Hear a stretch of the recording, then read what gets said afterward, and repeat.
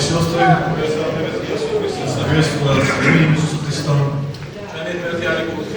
Наш Бог, Бог благословенный. Он живой Господь. И мы приходим к живому Богу, потому что Он вошел в нашу жизнь. Мы счастливый народ, что Господь Он руководит нашей жизнью. Я хочу вспомнить те слова, когда Моисей сказал Аарону и сынам Бога: да благословит тебя Господь и сохранит тебя. Да презрит тебя Господь светлым лицом своим и помилует тебя. Да обратит Господь лицо свое на тебя и даст тебе мир. Слава нашему Богу. Точно так, как мы уверовали, Господь благословил нас. И Он дал свой божественный мир. И мы благодарны Богу. Сейчас мы будем молиться. Поблагодари Бога и прославим святое имя. Слава нашему Богу. Аминь.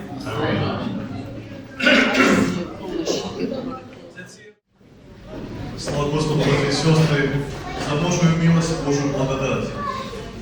Причина, почему мы здесь находимся, это кровь Христа, которая искупила каждого из нас. И Он возлюбил нас любовью вечную, написано. Его безусловная любовь Господь каждого из нас возлюбил. И Его любовь, она приводит нас к Нему. Мы восхищаемся этой любовью, потому что кровь Иисуса Христа, она пролилась на кресте. За нас, грешных, мы не знали Бога, мы не искали Его никогда.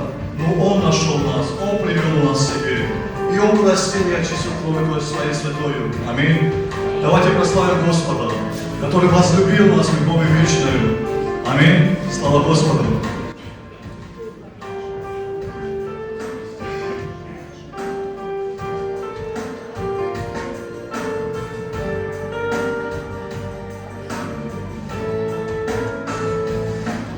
Возлюбивший нас Своей безусловной любовью, Иисус Божий Сын открыл нам сердце Отца.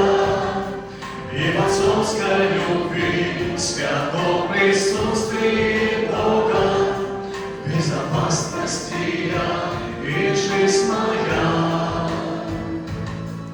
Возлюбивший нас Своей безусловной любовью, Иисус Божий Сын открыл нам сердце Отца.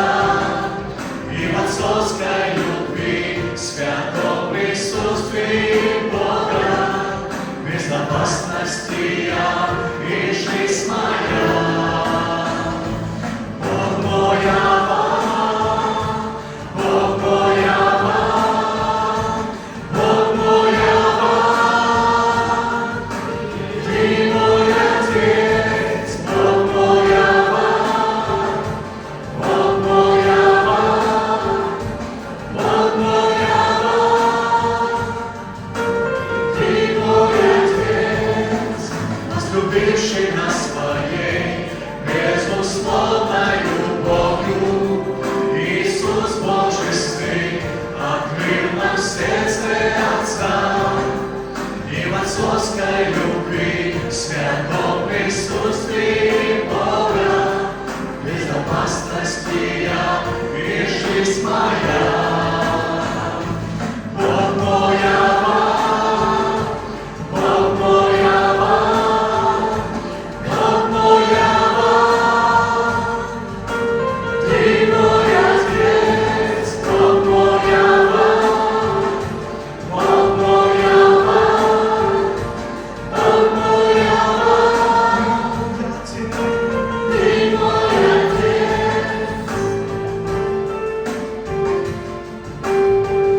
Благодарим Тебя, Господь, мы славим Твое имя святое, Господь.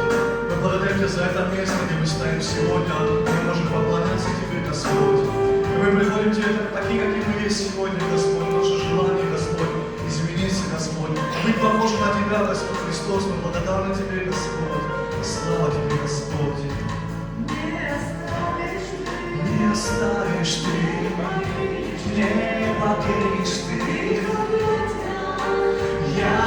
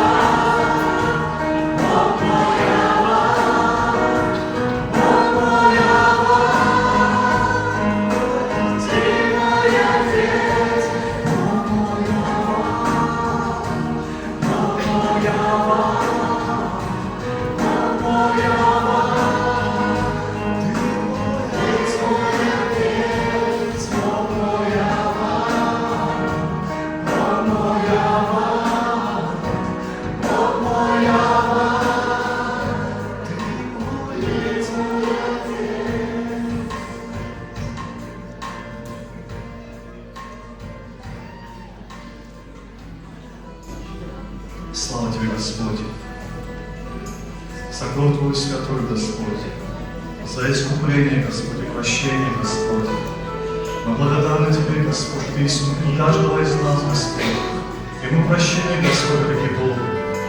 Благослови нас, Господь, Твой свет, Он сиял в нашей жизни, в нашем сердце, Господь, дорогой Бог. И чтобы являл этот свет этому миру, Господь, дорогой Бог.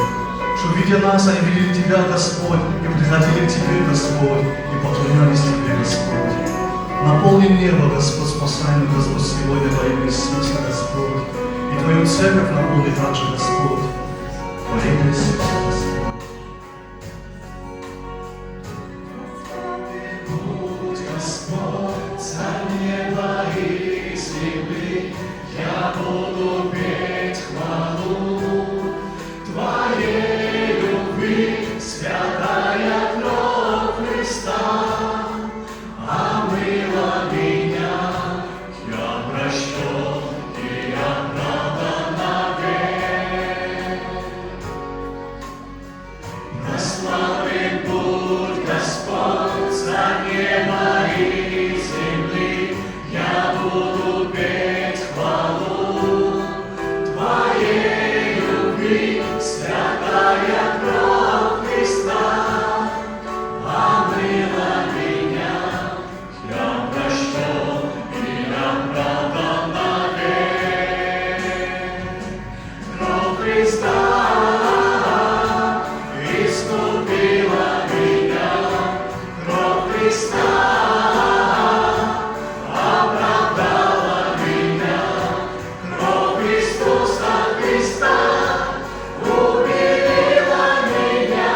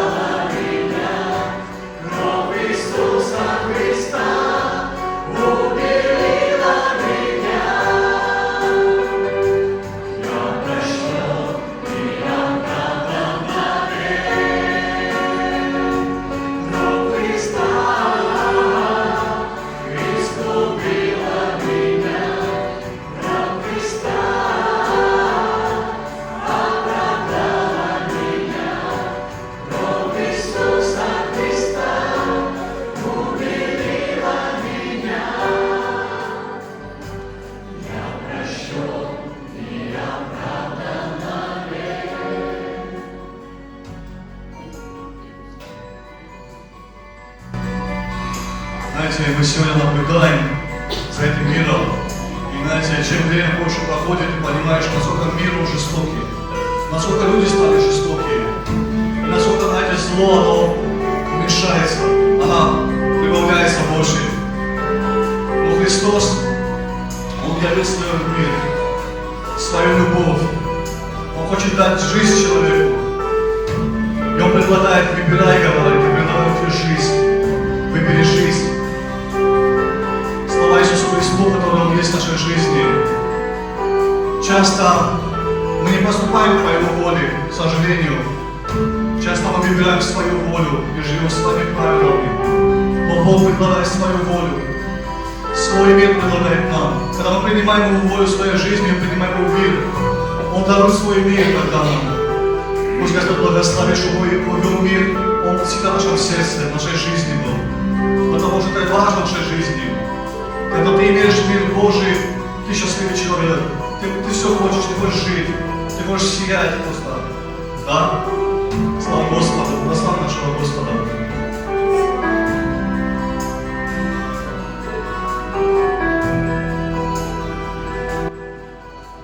Иисус, ты жизнь отдал, ни капли не жалел. Ты искупила зла от смерти и греха. И пусть твой крест всегда живет во мне. И пусть моя судьба принадлежит тебе. Твой крест, все для меня, твоя кровь, ради меня твой крест. Будь в небесах, Иисус, ты жизнь моя. Твой крест, все для меня, твоя кровь, ради меня твой крест. Будь в небесах, Иисус, ты жизнь моя.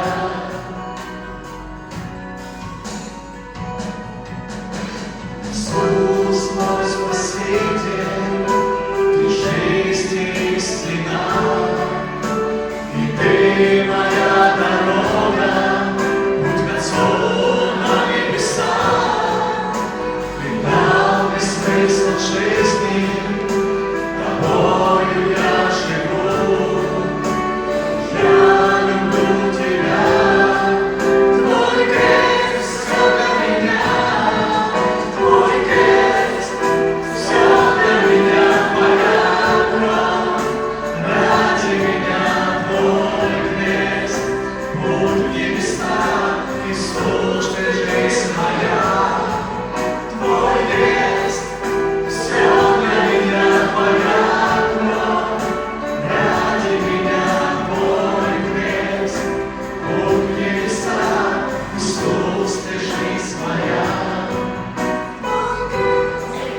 Все для меня твоя кровь, ради меня твой крест. Будь в небесах, Иисус, ты жизнь моя. Твой крест, все для меня твоя кровь, ради меня твой крест. Будь в небесах, Иисус, ты жизнь моя. Слава Господу. Мир вам, братья и сестры, მშვიდობა თქვენ და ძმებო. слава Богу, по милости Божьей мы здесь. დიდება ღმერთს უფლის წყალობით დღეს ჩვენ აქ ვართ. И я не зря сказал по милости Божьей, მე ხუჭა დავყვი რომ უფლის წყალობით. потому что часто говорят, где Бог справедливый. რადგან ხშირად ამბობენ საგანი ღმერთი სამართლიანი. Если бы Бог был справедливый по отношению к нам и ко всем людям, და რომ ღმერთი ყოფილიყო სამართლიანი ჩვენს მიმართ ყველა ადამიანების მიმართ, ни один человек здесь бы не сидел. არც ერთი ადამიანი აქ არ ჩნდებოდა. И только милость Божья привела нас сюда. და მხოლოდ ღმერთის წყალობა მოგვიყვანა ჩვენ აქ. Церковь Его, მის ეკლესიაში. На это служение ამ მსახურებაზე. мы только что пропели, что крест это все для меня. Аминь. და ჩვენ ეხლა ვიგავებთ რომ ჯვარი ეს ყველაფერია ჩემთვის. დიახ, ამინ. Крест это путь в небеса. Аминь. და ეს არის ჯვარი, ეს არის გზა ზეცისკენ. ამინ. И мы провозглашаем это. და ჩვენ ამას ვაღიარებთ. Я уверен, хочу быть уверенным, что каждый из нас და მე მინდა რომ ვიყო დარწმუნებული რომ თითოეული ჩვენთაგანი и вчера, и третьего дня გუში და მესამე დღემდე размышлял вот над этим, მსჯელობდა ამაზე, над крестом, ჯვარზე, что сделал для него крест, თუ რა მოხდა ჯვარზე მისთვის, для чего кровь Иисуса Христа пролилась на Голгофе. რატომ იესო ქრისტეს სისხლი დაიღვარა გოლგოთის მთაზე. И, конечно, мы сегодня же собрались уже готовыми к тому, чтобы слушать и принимать. და დღეს ჩვენ მოვედით აქ მზადყოფნაში იმისთვის რომ მოვისმინოთ და მივიღოთ. То, что нам Господь сегодня даст. თუ დღეს რასაც ჩვენ მოგცემს უფალი. Аминь. Слава Богу. დიდება ღმერთს. Я хочу читать сегодня слово о кресте. და დღეს მე მინდა ვისაუბრო სიტყვა ჯვარის შესახებ, ჯვრის. Я буду брать в основании, конечно же, Священное Писание, слова апостола Павла. რა თქმა უნდა მე ავიღებ საფუძვლად წმინდა წერილს, სადაც პავლე მოციქულმა განმარტა. Он сказал, მან თქვა Павел, პავლე, первое послание Коринфянам, 1 глава, 18 стих. პირველ კორინთელთა წიგნში პირველი თავის მე-18 მოხუცი. Ибо слово о кресте для погибающих юродство есть, а для нас спасаемых сила Божья. ვინაიდან სიტყვა ჯვრის შესახებ სისულელეა მათთვის, რომლებიც იღუპებიან, ხოლო ჩვენთვის, რომლებიც გადარჩებით ღვთის ძალა. 2 глава, 2 стих. მეორე თავის მეორე მუხლი. Ибо я рассудил быть у вас, не знающим ничего, кроме Иисуса Христа, и притом распятого. რადგან გადავწყვიტე არაფერი მცოდნოდა თქვენ შორის გარდა იესო ქრისტესი და ისიც ჯვარცმულის.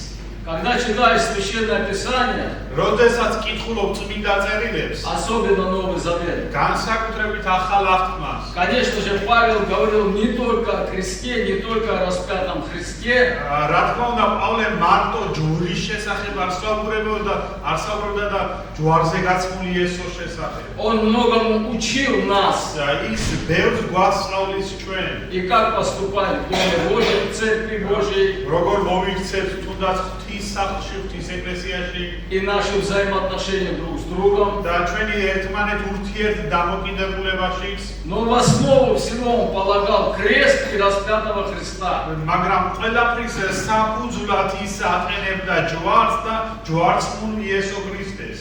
Как мы прочитали слово о кресте для спасаемых, сила Божья.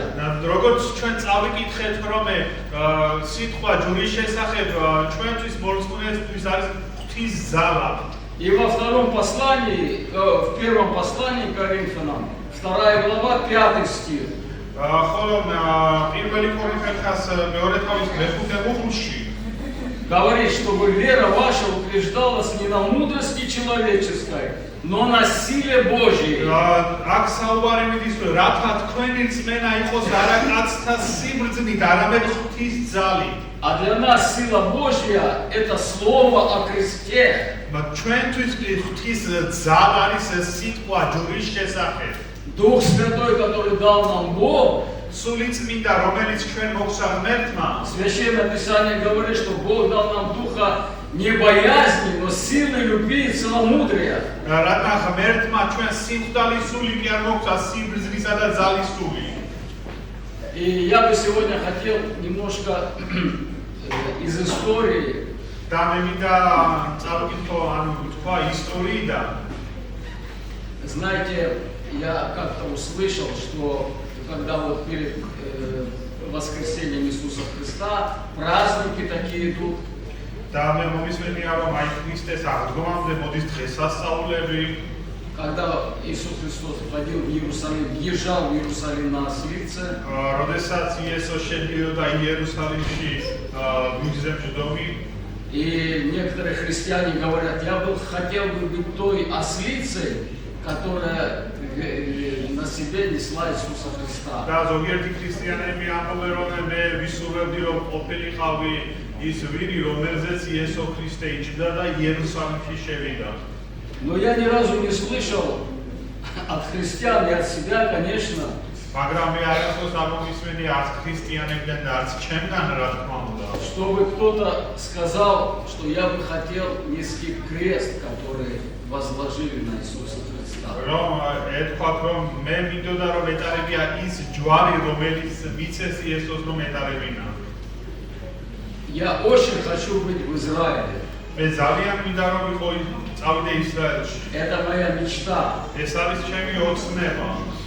И если я туда попаду, я обязательно пойду не в храм Господень. და თუ მე იქ მოვხდები აუცილებლად მე არ წავალ უფლის ტაძარში И даже не на спину плача. და არც გოდების კედელთან. Я хочу найти вот эту улочку, улицу, по которой шел Иисус Христос. მე მინდა რომ აი ის ქუჩის ნაწილი ვნახო, სადაც იესო დადიოდა. Которая называется Виа Долороса. რომელსაც დია ვია დელოროზა. Вот по этой улице шел Иисус Христос с тяжелейшим для него крестом. აი ამ ქუჩაზე იესო ქრისტე დადიოდა მისი მძიმე ჯვარი.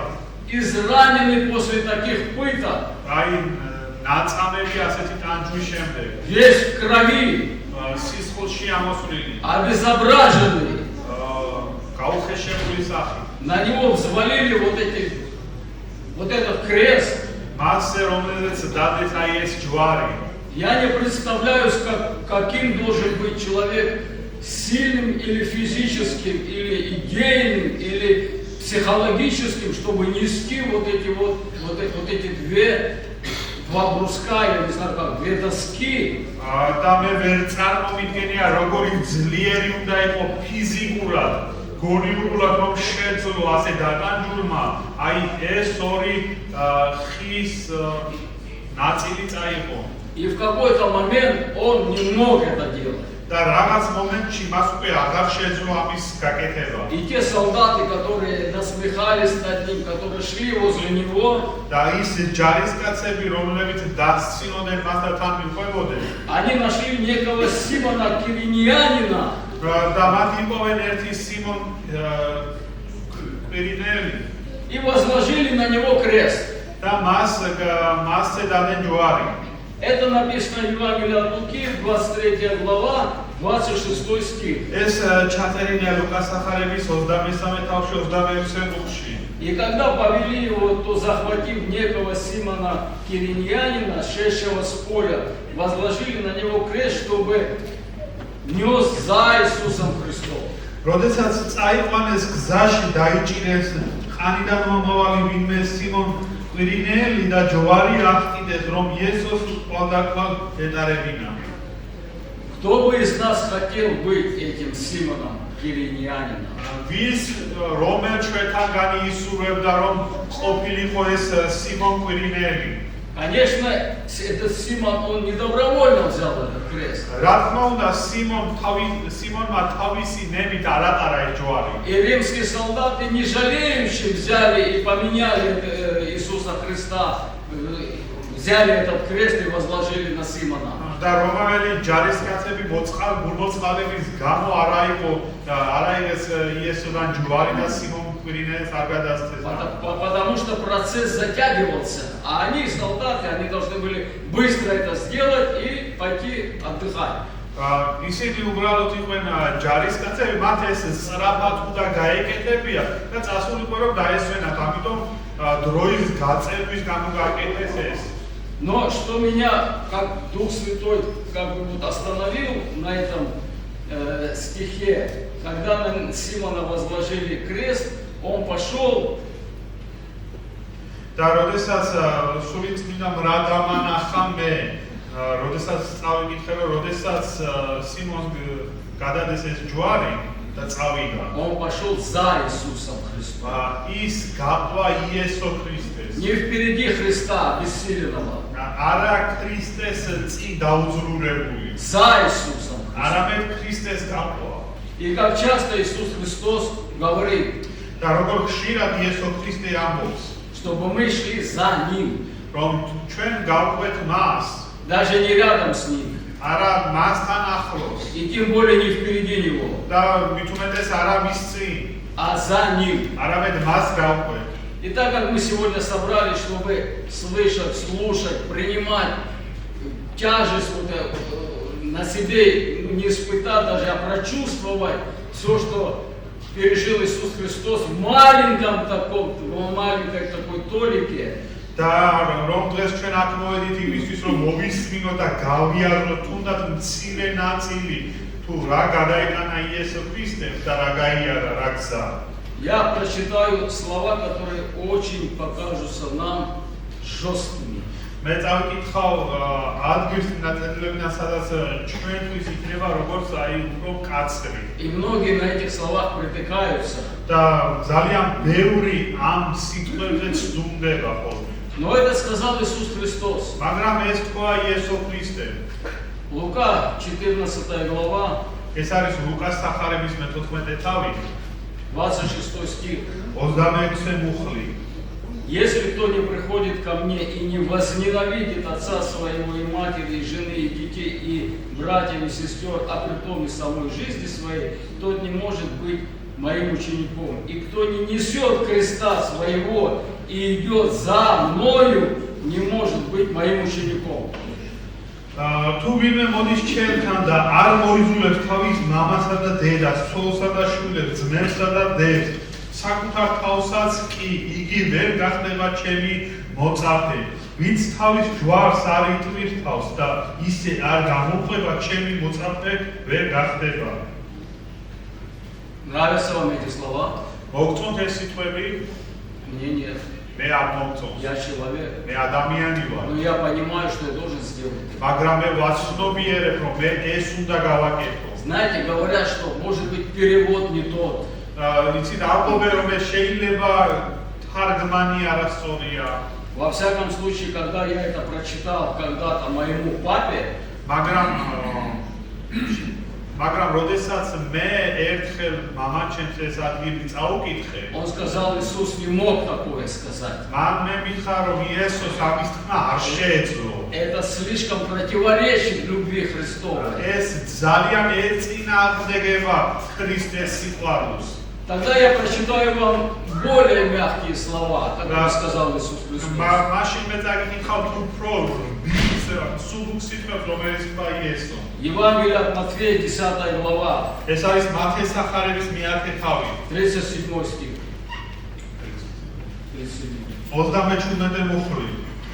Кто любит отца или мать более, нежели меня, недостоин меня. И кто любит сына или дочь более, нежели меня, недостоин меня. И кто не берет креста своего и следует за мною, тот недостоин меня.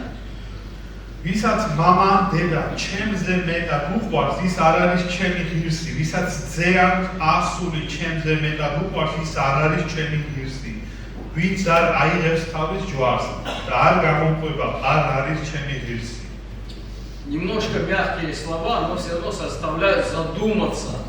ცოტა რბილი სიტყვებია, მაგრამ გვაიძულებს რომ დაუფიქრდეთ. Самое дорогое и любимое для нас это что? ყველაზე ძვირფასი და საყვარელი ჩვენთვის რა არის? Как вы думаете? როგორ ფიქრობ?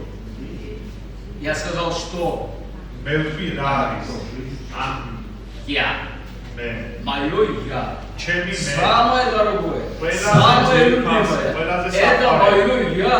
ჩემი მეა. Я очень себя люблю. მე ძალიან მიყვარს ჩემი. Это мое эго. ეს არის ჩემი И ეგო. попробуй кто-то против меня встанет. და ეცადოს ვიღაცამ რომ ჩემს Или что-то скажет. ან რაღაცა თქვა ჩემს. Я обязательно отвечу. მე აუცილებლად უპასუხებ მას. Такими есть люди сегодня. ასეთი არიან დღეს ადამიანები. Но для христиан написано совсем другое. მაგრამ ქრისტიანებისთვის სულ სხვა რამეა დაწერილი. Евангелие от Луки, которое я читал, там написано, и самую жизнь возненавидел. და ლუკას სახარებაში, სადაც ჩვენ ვკითხულობდით, იქ დაწერილია, რომ თვით თავისი ცხოვრებაც რომ არ მოიძულო. Свое я возненавидел. ჩემი მე რომ არ შევიძულო. И тогда ты можешь идти за Христом, Маш- не за крест. მაშინ შენ შეგიძლია წაყვე იესოს და აიღო შენი ჯვარი. Ну и самое дорогое, как сегодня сейчас сказали, да, это наши дети, конечно. და ყველაზე ძვირფასი, რომელიც ჩვენთვის არის, რა თქმა უნდა, ჩვენი შვილებია. Но Христос сказал, кто любит сына или дочь более, нежели меня, მაგრამ იესომ თქვა, რომ ვისაც თავისი ოჯახის წევრები უფრო მეტად ვიდრე უყვართ ვიდრე მე, и как в пятницу один брат проповедовал, и говорит, у меня есть к вам вопросы, და როგორც პარასკევდეს ერთმა ძმამ ქადაგების დროს თქვა, რომ მე მაქვს თქვენთან შეკითხვები, на которые я даже не жду ответа. რომელზეც მე კიდევაც არ ველოდები თქვენგან პასუხს. Просто поразмыслите внутри себя, უბრალოდ თქვენ შიგნით ამაზე იმსჯელეთ. кого вы больше любите, Бога или своих детей. ვინ უფრო მეტად გიყვართ, ღმერთი თუ თქვენი შვილები? Даже не думайте сейчас отвечать, и я не смогу ответить, но у меня есть пример. დალი არც ეცადოთ კიდევაც რომ პასუხი გამცეთ, მეც არ მაქვს პასუხი, მაგრამ მე მაქვს მაგალითი. Пример человека, который доказал Богу, что он любит Бога больше своего дитя. პიროვნებაზე რომელმაც დამკვიცა ღმერთს, რომ მას ღმერთი უფრო მეტად უყვარს ვიდრე მისი შვილი. Вы догадались, наверное, да? ჩვენ ალბათ მივხვდით ვიზე არ Вы ვიზე все საუბარი. читаете Библию, слава Богу. ჩვენ ყველანი კითხულობთ ბიბლიას Но და там დიდება ღმერთს. там есть слова Бога, которые доказывают то, что сделал Авраам. მაგრამ იქ არის ღმერთის სიტყვები, სადაც დაამტკიცა რა გააკეთა აბრაამმა. Бытие 22 глава, ეს არის დაბადების 22 თავი, 12 стих. მე-12 მუხლი. После того, как Авраам вознес, готов был принести в жертву своего сына, და იმ მომენტამდე, როდესაც აბრაამ აიღო მახვილი და მზად იყო, რომ თავისი შვილი მსხვერპლად მოეტანა, 12 стих сказал, ангел сказал, не поднимай руки твои на отрок и не делай над ним ничего, ибо теперь я знаю, что боишься ты Бога и не пожалел сына твоего, единственного твоего для меня. და როდესაც აბრაამ აღმართა მახვილი, მაშინ ანგელოზმა გააჩერა და უთხრა, ნუ აღმართავ ხელს ამ ყმაზე, ურაფერს დაუშავებ, რადგან ახლა ვიცი, რომ ღვთის მოშიში ხარ და არ დაზოგეძე შენი ერთადერთი ჩემთვის. Ибо теперь я знаю. ვინაიდან ეხლა მე უკვე ვიცი. А что, вопрос, Бог разве до этого не знал, что Авраам любит его? და ისვის ასეთი შეკვითხა, განა რა იქამდე სანამ მსხვერპლად შეწირავ, ეცდებოდა შეწირავ თავშვის ღმერთმა არ იცოდა, რომ აბრაამს უყვარდა ღმერთი. Или он боится его? ანუ მეშინია მისი. Конечно, Бог знал. რა თქმა უნდა ღმერთმა ეს იცოდა. Но после некоторых испытаний, მაგრამ როდესაც რაღაცა გამოცდის პერიოდში, который Бог произвел над Авраамом, რომელიც ღმერთმა აბრაამზე მოავლინა, Бог увидел действительно, что Авраам любит его и боится его, любит его больше, чем своего сына. ღმერთმა დაინახა, რომ აბრაამს ამით რომ უყვარს ღმერთი და მოშიშია ღმერთის უფრო მეტად ვიდრე თავისი შვილის. Может, кто-то скажет, ну, слишком Бог жестокий или слишком Бог вот какой-то вот, ну, не по-человечески просто так. შეიძლება ვიღაცამ თქვას, რომ ღმერთი ძალიან კაცრია, ან არაადამიანურად იქცევა. Знаете, Бог доказывает свою любовь тем, что мы для чего мы сюда сегодня пришли. ღმერთი თავის სიყვარულს ამტკიცებს იმით, რისთვისაც დღეს ჩვენ აქ მოვედით. И когда мы просто читаем, და როდესაც ჩვენ უბრალოდ კითხულობთ, как Библия говорит, что Бог отдал Сына Своего. როდესაც ჩვენ ვკითხულობ, რომ ღმერთმა თავისი ძე გასცა, На мучение, скорби, страдания, на крест. წუხარებისთვის, ტანჯისთვის, ტკივილისთვის ჯვარზე Сына Своего, თავისი ძე, единственного, ერთადერთი ძე, любимого. საყვარელი Ради ძე, кого? ვის გამო? Ради меня. ჩემს გამო. Кто я такой? ვინ ვარ მე საერთოდ? Человек, ადამიანი, который своими действиями, поступками, жизнью хулил Бога. რომელიც ადამიანი, რომელიც თავისი მოქმედებით, სიტყვებით, ცხოვრებით ლანძღავდა ღმერთს. За многих из вас, ბევრი თქვენთაგანისთვის из-за тех, которые за порогом этого дома, და იმ ხალხისთვის, ვინც ამ კარების მიღმარია.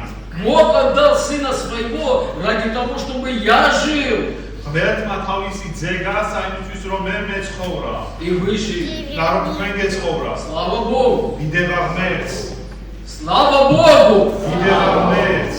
Господь сделал это. ღმერთმა ეს გააკეთა И когда мы поем, და როდესაც ჩვენ გალობთ, мы задумаемся хоть немножко, თუნდაც მცირედით მაინც თუ ფიქრდებით, что крест – это моя жизнь, რომ ჯვარი ეს არის ჩემი ცხოვრება, что крест – это мой путь. და რომ ჯვარი არის ჩემი გზა. Этот человек взял крест, и на него возложили крест Иисуса Христа. Он вообще не понимал, в чем дело. და ამ პიროვნებამ, რომელმაც აიღო ჯვარი, მან არც კი იცოდა, ვერც კი ხვდებოდა, რატო აიღო ეს ჯვარი. Он пошел за Иисусом Христом, просто пошел. ის უბრალოდ გაყვა იესო ქრისტეს უკან. Но мы, которые отдали свое сердце Господу Иисусу, მაგრამ ის ჩვენ, ვინც ჩვენ მივეცით ჩვენი გულები იესო ქრისტეს и сидим сейчас и ждем, когда вот это служение начнется, და ვზივართ აქ და ველოდები, როდის დაიწყება ეს მსახურება. мы знаем, как надо идти за Иисусом Христом. ჩვენ ვიცით, როგორ უნდა გაყვე იესო ქრისტეს. Мы это знаем теоретически. ჩვენ ეს თეორიულად ვიცით. Но знаете, бывает, что теория – это теория, а практика, жизнь – это другое. ვიცით, როგორ ხდება ხოლმე, რომ თეორია ეს თეორია, მაგრამ ცხოვრების პრაქტიკა სხვა არის. Взять крест, стать на смертный путь, რომ აიღო ჯვარი და სიკვდილის გზაზე დადგენ. приговорить себя к смерти, если хотите. შეგიძლიათ ასეც იფიქროთ, რომ საკუთარი თავი მიასაჯოთ სიკვდილისთვის, განსაჯოთ. Страдая вместе со Христом. ქრისტესთან ერთად იტანჯო.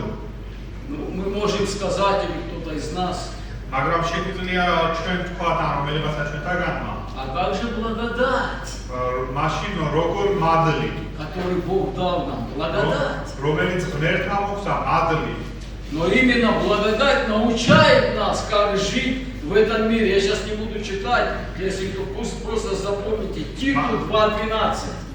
მაგრამ მადლი გვეხმარება იმაში, როგორ ვიცხოვროთ ტიტეს 2:12. Да, там конкретно написано, как благодать учит нас жизни. კონკრეტულად არის მითითებული, როგორ მადლი გვასწავლისწორად ცხოვრებას. И Библия говорит, что все, что мы почитали преимуществом, და ბიბლია გვასწავლის, რომ რაც ჩვენ ადრე ვთვლიდით უპირატესობა, мы должны почить за ничто вообще.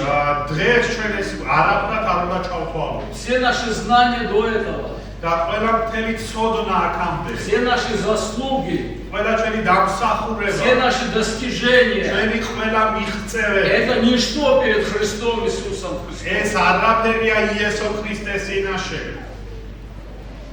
Вы знаете, у меня есть очень хороший пример. და იცით, მე მაქვს ძალიან კარგი მაგალითი.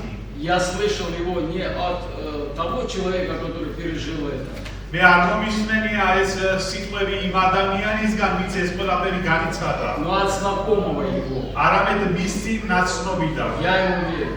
მე მისი მჯერავს. Это говорит о вере, о живой вере в Иисуса Христа. აქ მიდის საუბარი ქრისტეს ცოცხალ რწმენის შესახებ. Я не помню, когда это уже было, гонения были, до войны 41-45 год или после войны. Вот в этих годах. მე არ ვიცი დაზუსტებით როდის იყო ეს დევნები 41 წლამდე სანამ მომიქნებოდა თუ ომის შემდეგ. Вызывают христианина, ქრისტიანს დაუძახენ. ну, следственные органы. ანუ სახელმწიფო სტრუქტურაში, საგამოძიებო სტრუქტურაში. Вот и говорят, დევნებიან მას. если ты отречешься от Иисуса Христа, და თუ შენ უარყოფ იესო ქრისტეს, ты сейчас пойдешь к своей жене, к своим детям. შენ ეხლა წახვალ შენს მეუღლეს ან შენ შვილებთან, Если нет, мы тебя убиваем, расстреляем, повесим, и ты их никогда не увидишь. თუ არ უარყოფ, მაშინ ჩვენ ან ჩამოგახჭოთ ან დაახრიდავ და შენ მათ ვეღარაცოდეს, веღარ ნახავ. Он говорит, если даже вы меня убьете, მათ თქვა თუ თქვენ ქიმად მომკლავ, я когда-нибудь встречусь там с моей женой, с моими детьми. მე აუცილებლად როდესმე შევხვდები იქ ჩემს მეუღლეს და ჩემს შვილებს. Когда ему говорят, тогда мы убьем твою жену и твоих детей, если ты не отречешься от Христа. მაშინ მათ უთხრეს რომ თუ შენ მაშინ არ უარყოფ იესო ქრისტეს, შენს მეუღლეს და შვილებს მოკლა. Он говорит, даже если вы их убьете, და მან თქვა რომ თუნდაც თქვენ ისინი მოკლათ, я все равно встречусь с ними там на небесах. და მე მაინც მათ შევხვდები ზეცაში. Это вот говорит о живой вере. აქ ამას საუბრობს იმ ცოცხალის სპენა. Он любил свою жену, он любил своих детей. მას უყვარდა თავისი მეუღლე, თავისი შვილები. Но того, кто обещал ему встретиться там, на небесах, с Богом и с его родными людьми, მაგრამ ის ვინც მას შეერპირდა რომ ის აუცილებლად შეხვდებოდა თავის მეუღლეს, თავის შვილებს, თავის ახლობლებს იქ ზეცაში, он любил и верил больше. მას უყვარდა და ჯეროდა მისი მეტად. И много таких моментов было раньше. და ასეთი ძალიან ბევრი მომენტები იყო წარსულში. Возможно, и сейчас есть, я не знаю. შესაძლებელია ეხლაც არის, მე არ ვიცი ამის შესახებ. Когда христианин доказывал, что он Бога любит больше, нежели жены, детей, отцов, родителей, там всех, своего я, своей жизни. რომ ქრისტიანები ამტკიცებდნენ, რომ მას უფრო მეტად უყვარდა თავისი ოჯახისებრი მშობლები, შვილები, მეუღლეები და საკუთარი თავის კიდე საკუთარი სიცოცხლეც. Чтобы все это пережить და რომ ეს ყველაფერი განიცადო и чтобы нести крест Христа за Иисусом Христом, და რომ შეეძლო შეწაიღო ქრისტეს ჯვარი მის უკან გაყოლით, надо что-то в себе распинать. საჭიროა რომ რაღაცა შენ შიგნით ჯვარზე აცვა აწამ. Апостол Павел Галатам, პავლე მოციქული გალატელთა მიმართ წერილში, вообще я уверен, что все знают этот стих. მე დარწმუნებული ვარ რომ ყველა ვიცის ეს მუხლი. Галатам, я думаю, что Павел сказал, что я каждый день умираю. პავლე თქვა რომ მე ყოველდღე ვტები. Я сораспялся с Иисусом Христом. მე ჯვარს ვეცვი იესო ქრისტეს. Есть такие слова апостола Павла. არის Если ასეთი хотите, სიტყვები, прочитайте. შეგიძლიათ წაიკითხოთ თუ არ გჯერათ ჩემი. Он каждый день умирал ის ყოველდღე ვტებოდა. со Христом. И вот он Иисус написал Христос. послание Галатам, 5 глава, და მან დაწერა გალატელთა წერილებში მეხუთე თავში 24 стих. 24 მოხში. Но те, которые Христовы, ხოლო მათ ვით ქრისტესნი არიან, распяли плоть со страстями и похотями. ვინც ქრისტესთან ერთად არიან, ჯვარსაცვეს თავიანთი ხორცი ნედათა და გულისწყებთან ერთად. Те, которые Христовы. ვინც ქრისტესნი арიან. Знаете, я обратил внимание, Дух Святой обратил внимание, что много христиан есть в этом мире. И Павел пишет именно церкви христианской, которые в Коринфе. და პავლე მოციქული წერს იმ ეკლესიების შესახებ, რომელიც არის კორინთიაში. Но в начальных главах он говорит, какие там христиане. და დასაწყისში თავებში ის ამბობს, როგორი ქრისტიანები არიან. Младенцы во Христе, которые по человеческому обычаю живут, которые ссорятся, завидуют. და ისეთი ქრისტიანები ჩვილები, რომლებიც ცხოვრობენ, კამათობენ, შურთ, უთანხმოება აქვენ. И это все христиане. ეს ყველა ქრისტიანები არიან. Но есть Христовы, მაგრამ არიან ქრისტესიანები, которые распинают свою плоть вот с этой завистью, ссорами. რომლებაც ჯვარს აწვეს ეს ყველაფერი, უთანხმოება, შური, Несут на себе крест и идут за Иисусом Христом. საკუთარ მხრებზე ატარებენ ჯვარს და მიყვებიან ქრისტეს. И именно Христовы და ქრისტესიანები будут вознесены с церковью. იქნებიან ატაცებული ეკლესიასთან ერთად. Так написано именно в этом послании к Коринфянам, ასე არის დაწერილი კორინთელთა მიმართ. в 15 главе, მე-15 თავში. да, 1 Коринфянам, 15 глава, პირველ კორინთელთა მე-15 თავში. 22 стиха. 22 მუხლიდან. Как в Адаме все умирают, так во Христе все живут. რადგან როგორც ადამიანში კვდება ყველა, ასევე გაცოცხლდებიან ქრისტეში. Каждый в своем порядке. თითოეული თავისი წესით. Первенец Христос, თავდაპირველად იმშო потом ქრისტე, не христиане, ხოლო შემდეგ ქრისტეს ქრისტესიანები, которые распинают свою плоть, которые несут крест, которые идут за Иисусом Христом. რომლებმაც ქრისტესიანები, რომლებმაც ჯვარს აწვენ, თავიანთი ხორცი აიღენ თავიანთი ჯვარი და გაჰყვენ იესოს. И именно Христовы оживают в пришествии Его. და პირველ რიგში ქრისტესიანები აღსდგებიან იმ დღეს. Так написано. ასეა დაწერილი. Все претензии к апостолу Павлу.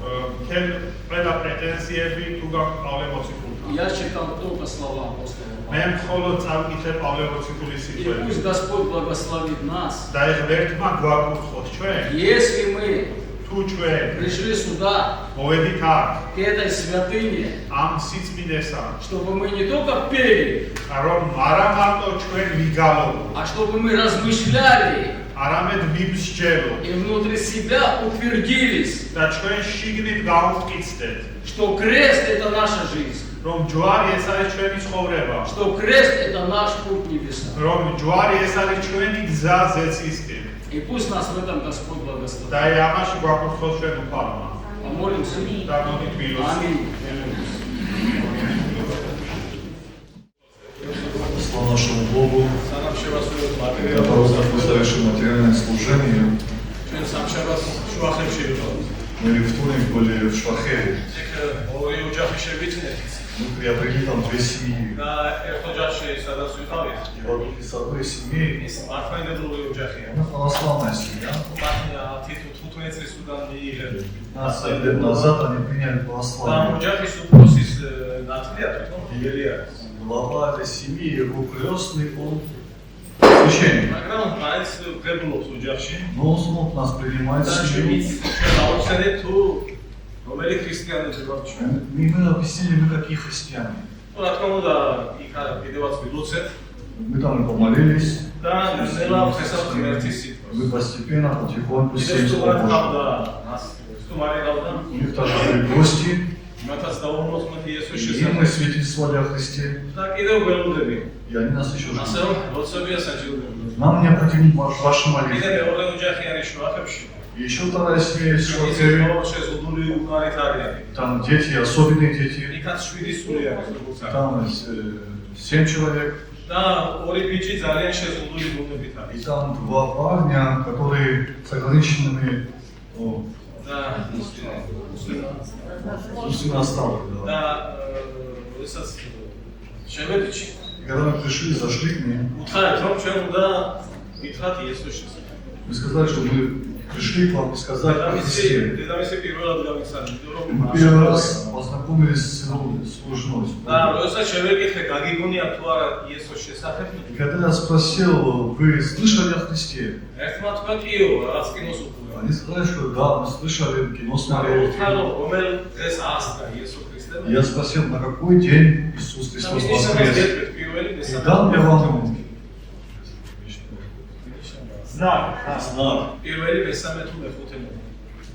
Первый, второй, третий. ну სამწუხაროდ მეხუთე დღე თქვენს. Они сказали пятый день.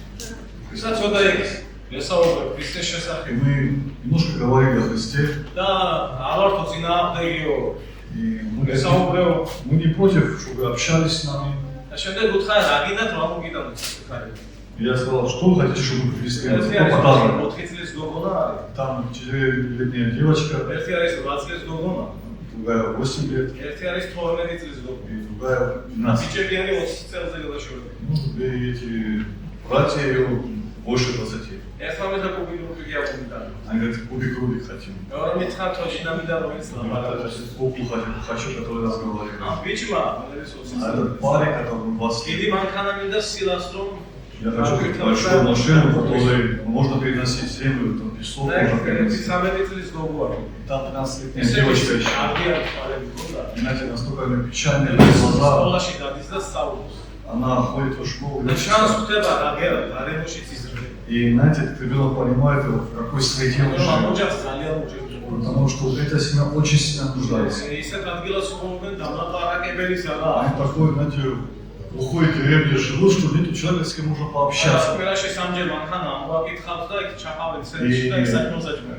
И в неделю 3 раза машина поднимается для того, чтобы этих детей спустить в этот центр, покормить их и опять поднять их. და მე უთხრა რომ დასურათებულ ბიბლიას მოგიკავ. Я сказал, что я вам принесу детскую Библию, в которой есть картинки, საგალობლებსაც ამოვიტან და ერთად и ვიდოდი. песенники, как мы будем вместе петь. კიო, აი И იქნებოდა они არის. сказали, хорошо будет, и согласились. და რა თქმა უნდა, მერტმა არ გიხოს ეს ოჯახები. Конечно, пусть Бог благословит эти семьи, რადგანაც მერტმა მივიყვანა, поскольку Бог нас туда привел, ესე იგი იქ იქნება კუთხე. там будет благословение. კარგი. მერტმა ზოგადად Пусть нас Бог სამშაბათს благословит. ერთად ვიდება Сейчас ოჯახებაში. вторник мы сейчас едем уже в აი Мачедонию. ესეთი კაცუფალობა. Молитесь, чтобы Бог нас там и там благословил. იქაც ერთი ოჯახი არის, 7 სული არის, მეორე 3 სული. Там семья, там 7 член семьи, и одна семья там. იდება უკავს. კარგი, ახლა ვიგავლობთ. Сейчас мы будем петь, нагрузимся. მატერიალური И в это время мы совершим материальное служение. Мы несем наши десятины приношения перед Господом. Вы много сегодня слышали о Христе, в песнях, в проповедях. И знаете, Иисус понес свой крест физически, но духовно Он понес наш крест. Он нам был предназначен, да? Он вознес наши грехи, наши немощи на этот крест. Его любовь, Его милость, она велика в нашей жизни, братья и сестры. Крест являлся орудием казни в то время, и людей распинали на кресте. Пусть Господь нас благословит, что поистине мы были благодарны Богу и ценили то, что сделал Христос для нас. Аминь. Слава Господу.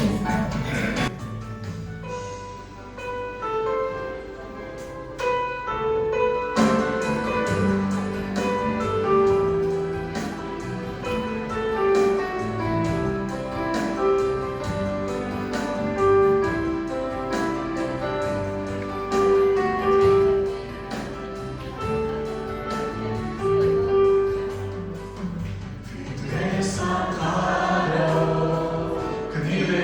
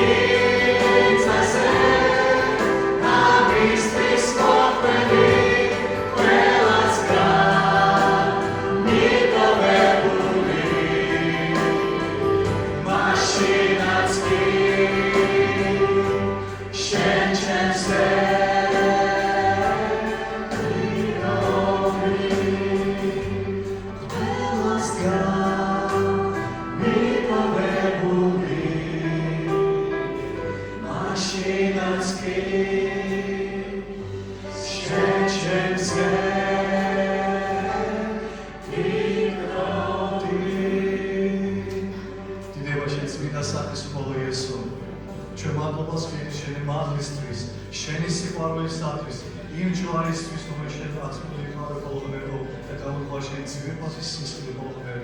შენი მამი, შენი წყალობა ძალიან დიდია ჩვენს ცხოვრებაში. ვაკუთრე, ჩვენ დავაფასოთ ბოლო იესო. მოგიხო მადლიანი შენს წინაშე ბოლომდე და ყოველთვის წესასკენ მიხვდები იყოს ჩვენ თვარ ბოლო იესო. დიდება შენ წინასახეს.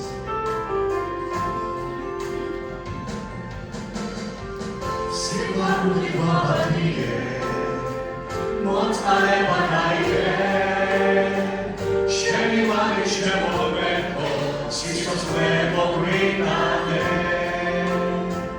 Tak mi se nie było bliska, steca człowiek stanowe, siemi mamy się momento, ekulona daleko, sobie bliska.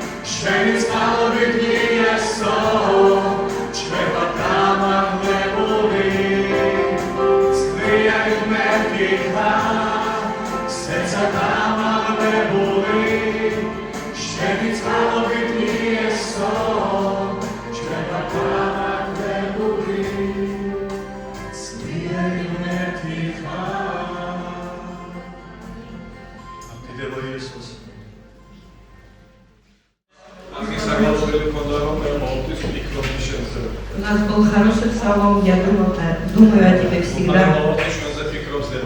Господь всегда думает о нас.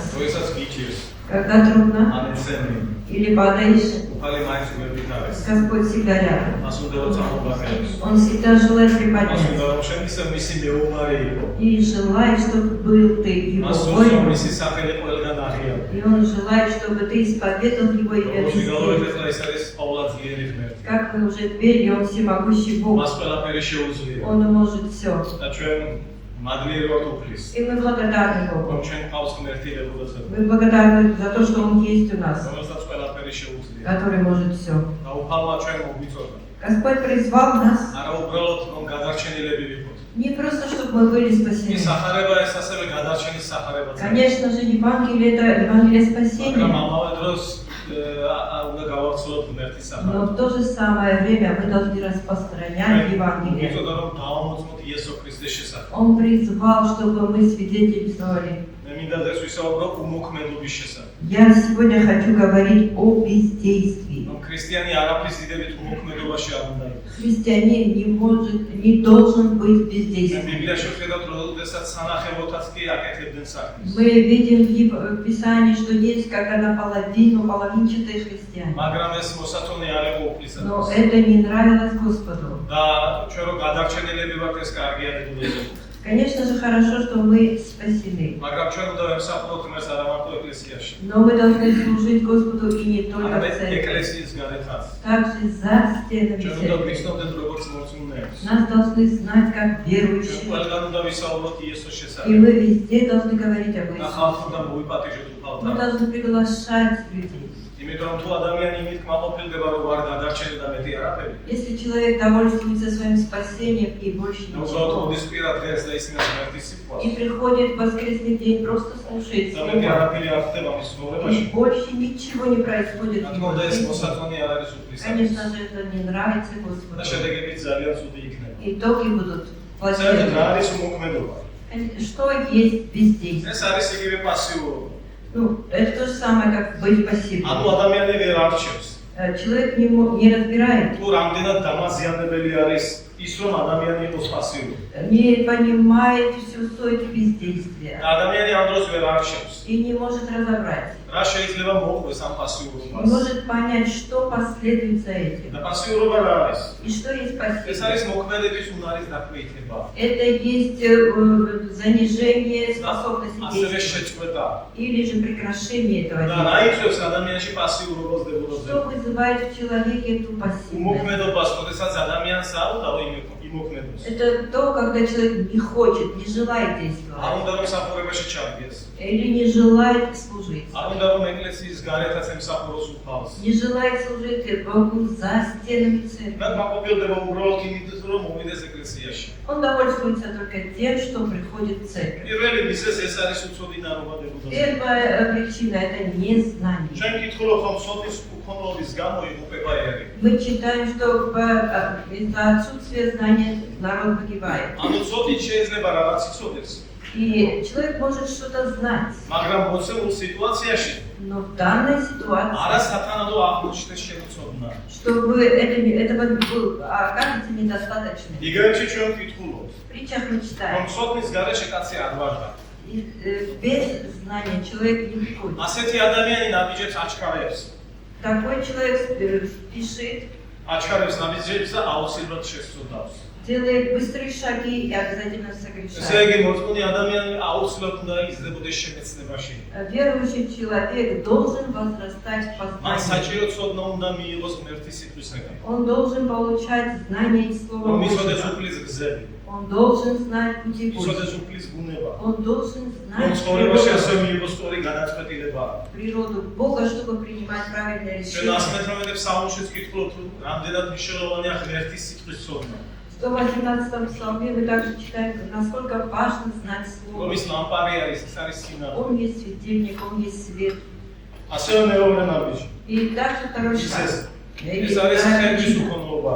Это недостаток или отсутствие ведения. ჩვენ ასევე ვკითხავთ, ხების გარეშე თავს იშვებს ხალხი. Без видения народ развращается. ასევე ერთ-ერთ თარგმანში წერია, რომ ხების გარეშე ადამიანი იუღება. Без ведения народ погибает. Так რა არის თამაშებულება დებულაზე? что есть თამაშებული. необузданность? როდესაც არანაირი საზღვრები არ აქვს ადამიანს. Необузданность – это то, когда у человека нет никаких границ. ეს ერთ-ერთი ხორცის ნაყოფიცა ადამიანზე. Это есть плоды плоти. ანუ ადამიანის ცხოვრებაში არანაირი დისციპლინა არ არის. Значит, у человека в жизни нет дисциплины. და როდესაც ადამიანმა იცის ღმერთის გზები, И когда человек знает пути მას Божьи, ეძლევა ასევე ხედვას. ему дается также ведение, და რომელიც აწესებს საზღვრებს. которое ограничивает სადა его. ადამიანმა თქვას კი და ადამიანმა И ბაზარი. дают ему границы, он знает, где сказать да и где сказать нет. და თუ ღმერთი ჩვენ მოგვიწოდებს Если Бог призывает, და ადამიანი მოქმედებაში არ არის, но человек остается без ის действия, ამ დროს არღვევს საზღვრებს. тогда он нарушает границы. და ამ დროს ადამიანი ირჩევს მის გზას. И человек выбирает свой путь. და ეს ყველაფერი არის დამაზიანებელი И это, დებოდა. конечно, разрушительно, იმიტომ რომ არის უფლის გზები. потому как есть путь Божий, რომლითაც უნდა იაროს по მოხსნე которому ადამიანმა. верующий должен идти. და თუ ადამიანმა მიიღო ხედვა, И если человек получил видение, მან არ უნდა გაჩერდეს. он не должен останавливаться. მესამე მიზეზი უმოქმედობის. Третья причина ეს бездействия. არის ჩვენი სისუსტის გამოშიშვა. Это страх из-за своей слабости. როდესაც არის ბევრი მიზეზები. Есть много причин. მიხედავ, მაგრამ მზად არ ვარ. Ну, я знаю, но не готов. არ შემიძლია ვერ წავალ. Я не смогу и не пойду. ჩვენ გვახსოვს რუსეს ცხოვრება, გედეონის, ერემიას. Мы знаем в жизни Моисея, Гедеона, Еремия. და ეს პასუხები, რომელიც მათ ჰქონდათ, ეს უმოქმედობის მიზეზი იყოდებოდა И ძნელად. эти ответы, которые у них были, это причины бездействия. და ეს სისუსტე დებოდა ზემო ამ გმირებისა, ბიბლია არ დამალა. Эти слабости этих героев Библии, оно не скрыто. რომ ჩვენთვის ისინი მაგალითი იყვნენ. Почему? Чтобы они были для нас რომ მათ примером. უკვე სტიმული მოგცენ ჩვენ. Чтобы нам дался этот რომ стимул. მიუხედავად რომ მათ პირველად უარი თქვეს, Несмотря на то, что они сначала შემდეგ отказались, ისინი მაინც წავიდნენ впоследствии они пошли. და გაყვენ ღმერთის გეგმას. Пошли за планом Божьим. ასე რომ ადამიანმა რომ იმოქმედოს, Для того, чтобы человек действовал, საჭიროა განახლებული გონებადებოდა ზემო. необходим обновленный რა თქმა разум. უნდა, ეს მუდმივი პროცესი არის. И это обновление, он постоянный процесс. ეს იგივე როდესაც ადამიანი ყოველდღურად თავს იწეს რიგებს. Это то, когда человек каждый день приводит себя в მონება порядок. რა თქმა უნდა ექვემდებარება დაზიანებას, დაბინძურებას. Разум, возможно, может искажаться, ამიტომ загрязняться. საჭიროა მეტიცოდნა ღმერთის სიტყვისა. Поэтому мне нужно знать Слово მეტი Божье, სიახლოვე უფალთან, быть ближе к Богу. რომ შენ უფრო მეტად იმოქმედო ღმერთის ნებით. Для чего? Чтобы больше действовать в воле და Божьей. ის სიტყვა, რომელიც გაცხადებულია ბიბლიიდან ჩვენს მიმართებოდა И ზემო. то слово, которое есть в Библии, როდესაც ამას იაზრებს ადამიანი, მოწმული ადამიანი, если верующий человек это осознает, ის აუცილებლად გიბიძგებს მოქმედებისაკენ. тогда это слово толкает тебя к действию. ჩვენ ვიტყულობთ მათეს სახელობაში, როდესაც იესო ამბობდა იგავს, В Евангелии от Матфея мы читаем, როდესაც ტალანტები დაურიგა ბატონმა მსახურებს. когда господин раздавал таланты своим და рабам, ის ელოდა, რადგან რომ ისინი გაუშვებდნენ ბრუნვაში. он ожидал, что они пустят это в оборот. და ჩვენ ვიცით, რომ ბრუნვაში გაუშვა ორი. Мы знаем, что двое из них пустили в და оборот. ერთმა, რომელსაც ერთი ტალანტი ჰქონდა, Один же, у которого был один талант, მან აიღო და ჩამართვა. взял и закопал. და რა თქმა უნდა, მოიტანა მიზეზები, როდესაც ბატონი И, დაბრუნდა. конечно же, у него были причины, რომ მე ვიცოდი, რომ შენ ასეთი ხარ, მკაცრი ხარ, я знал, что ты такой строгий, რომ სადაც ესავიდი მკი. ты жмешь где не ამ მონას по- არასათანადო ცოდნა ჰქონდა ბატონის მიმართ. У этого раба были недостаточные ასე знания. რომ დღეს რაც მივიღეთ უფლისაგან დებოდა ზემო. То, что мы получили сегодня, საკითხია, როგორ უბრუნებმე მას. задается вопрос, как мы это пускаем в оборот. და ამ იგავში იესო В этой притче, ის მონა, რომელიც მას უმოქმედობა გამოავლინა, который был в бездействии, შეგაცხა ის ბოროტად. его назвал его злым рабом. უხნარა ანუ უსარგებლო მონას. უსარგებლო. Лукавый и нелепый. ასე რომ თუ ჩვენ ყველა მოქმედებთ ღმერთის გეგმით და ღმერთის ნებით. Если мы все действуем по воле Божьей, რა თქმა უნდა, უფრო დიდი по საქმეები плану, გაკეთებადებოდა ზემო. конечно же, будут делаться большие дела. და რა თქმა უნდა, უყავს სურს. Конечно же, Господь желает, რადგან ჩვენ მან მოგვიწოდა, так как Он призвал нас, ჩვენ უნდა ვიმოქმედოთ უფლის ნებით. мы должны действовать по воле Божьей. ჩვენ ვიცით კიდევ ერთი იგავი. Мы знаем еще одну притчу. როდესაც უფალმა გაამახვილა ყურადღება ერთგულ მონიშნულ საფრის შესახებ. Где Господь определяет, указывает на доброго раба. და თქვა რომ ნეტარია ის მონა, ის მსახური, И сказал, блажен тот раб, რომელიც ბატონის დაბრუნდება господин которого და вернется დაინახავს, რომ ისი მსახური მოქმედებაში и увидит раба своего в действий. მას კონკრეტული დავალება ჰქონდა მიცემული, У него были конкретные задания, რომ მომსახურებოდა ბატონს. чтобы они служили господину. და რა თქმა უნდა, ამ საფურმა იცოდა ბატონის ნება. დაწერილია. Конечно же, эти труженики знали волю господина. ასე რომ ჩვენც უნდა ვიცოდეთ ღმერთის ნება დებოდაზე. Также и мы должны знать волю Господа. ის რა ნებაც აქვს უფალს ჩვენს. Какая воля о нас? რადგანაც უფალი გვიცხადებს თავის ნებას ჩვენ ცხოვრებაში. Так как Господь дает нам понимание воли და Божьей. უმოქმედობის უკან დებოდაზე ძალიან საშიში мотивация დგას. За бездействием стоит очень такая страшная ასე мотивация. რომ ჩვენ არ უნდა დაუნებდეთ პასიურ ცხოვრებას. Поэтому мы не должны соглашаться с пассивной жизнью. ჩვენ მოწოდებულნი ვართ, Мы призваны, რომ გაიზარდოს უფლის სამეფო. чтобы распространялось Царство და ეს Божие. სამეფო ჩვენი ჩენდება.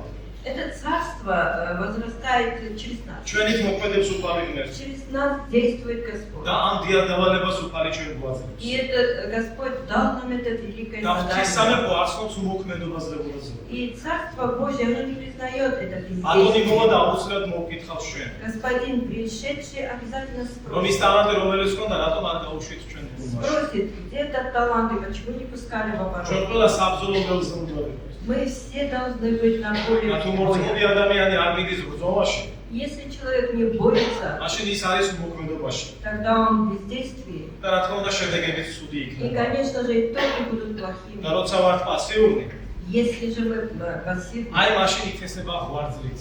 тогда сеется и плевело. ასე რომ უფალმაც გვაქვს ჩვენ. И да благословит нас რომ Бог, ყოველ ადგილას ვიმსახუროთ უფალს. чтобы на всяком месте мы служили იმიტომ Богу. რომ უფალს არ მოსწონს, როდესაც მისი მორწმუნე არაფერს არ აკეთებს. Как Господу не нравится, когда его дитя ничего не делает. და კმაყოფილია იმით, რომ ის მხოლოდ გადარჩენილია. И довольствуется только лишь тем, что он спасен.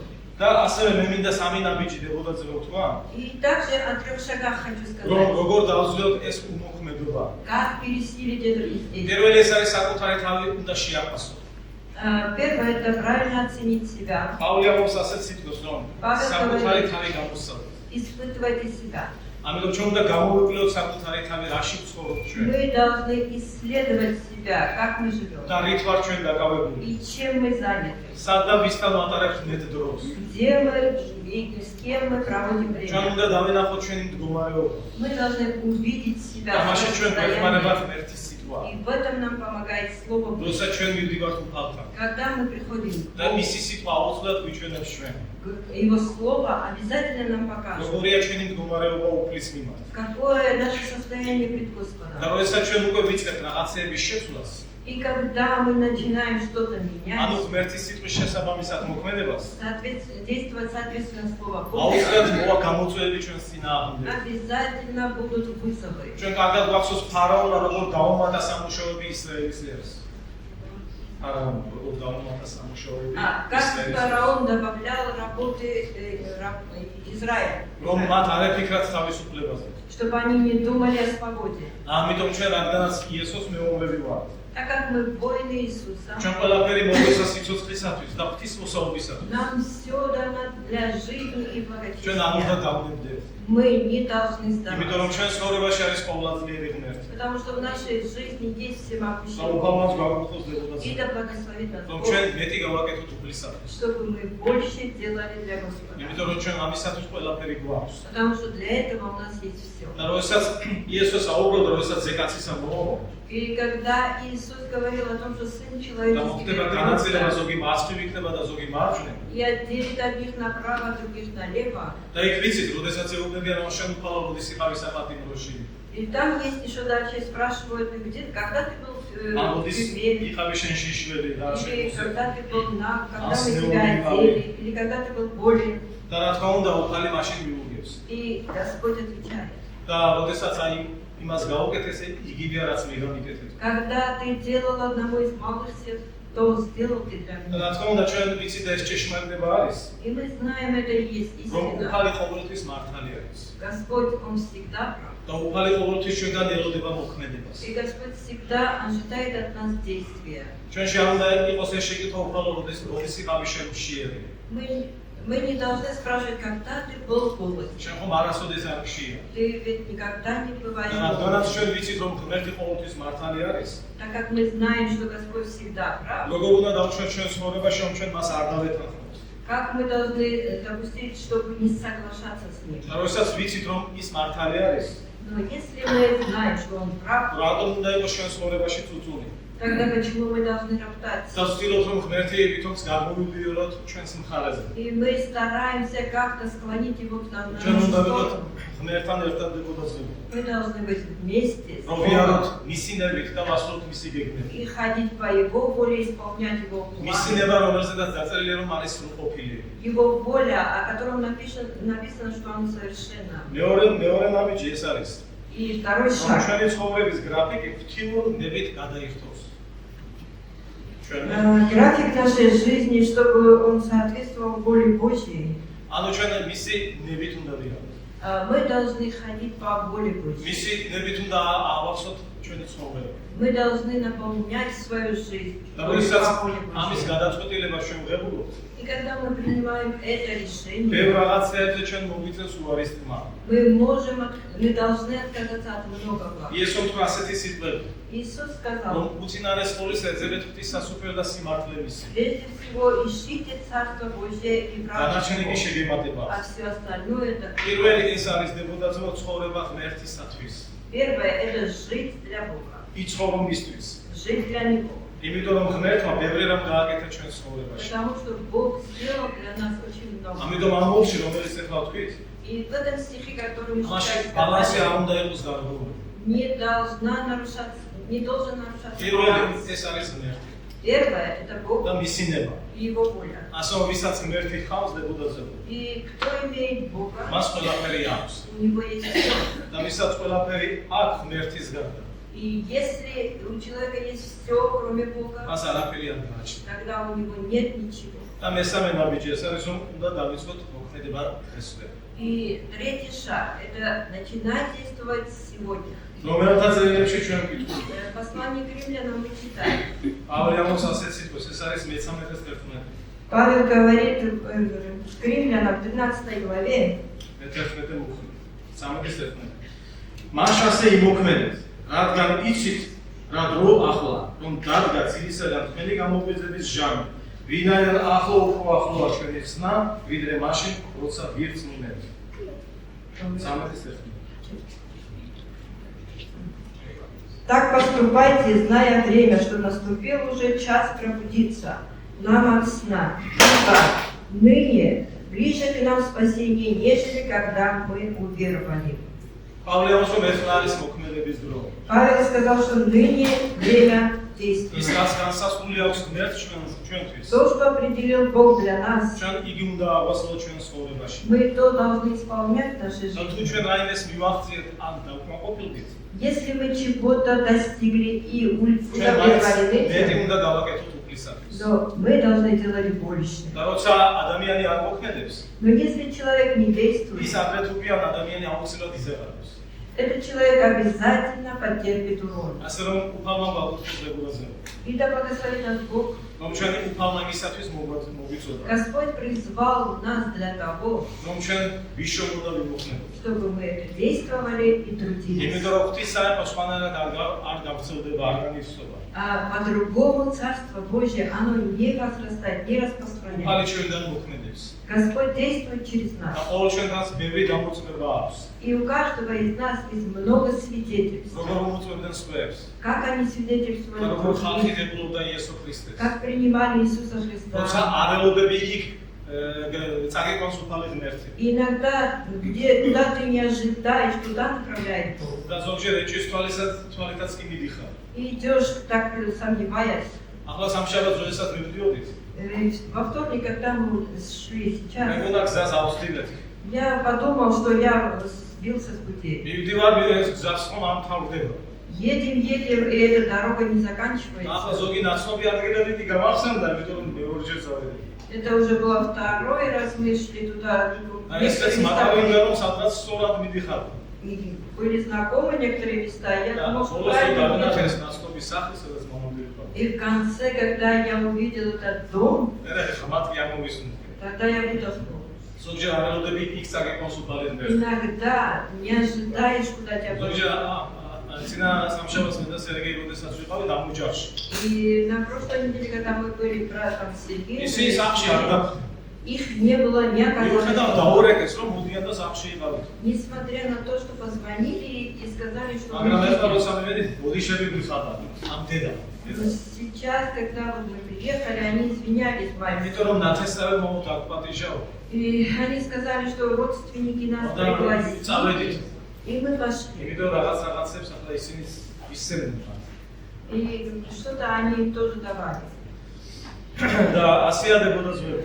И вот так და происходит. გული დავსხა. Мы были как бы... იმიტომ რომ პროდუქტივი ვიტანი, თანსაცმელები ვიტანი და სახლში არ ამინარა. И нам было как-то неприятно, мы приехали, они не оказались და შემდეგ იქ дома. აგები მათი არიკეტება და გავახერთ და იქ დავტოვეთ სახლში. Но дверь у них не была заперта, мы открыли эти продукты, которые მაგრამ принесли, სიხარულს მაინც оставили მოგცემს там. უფალი.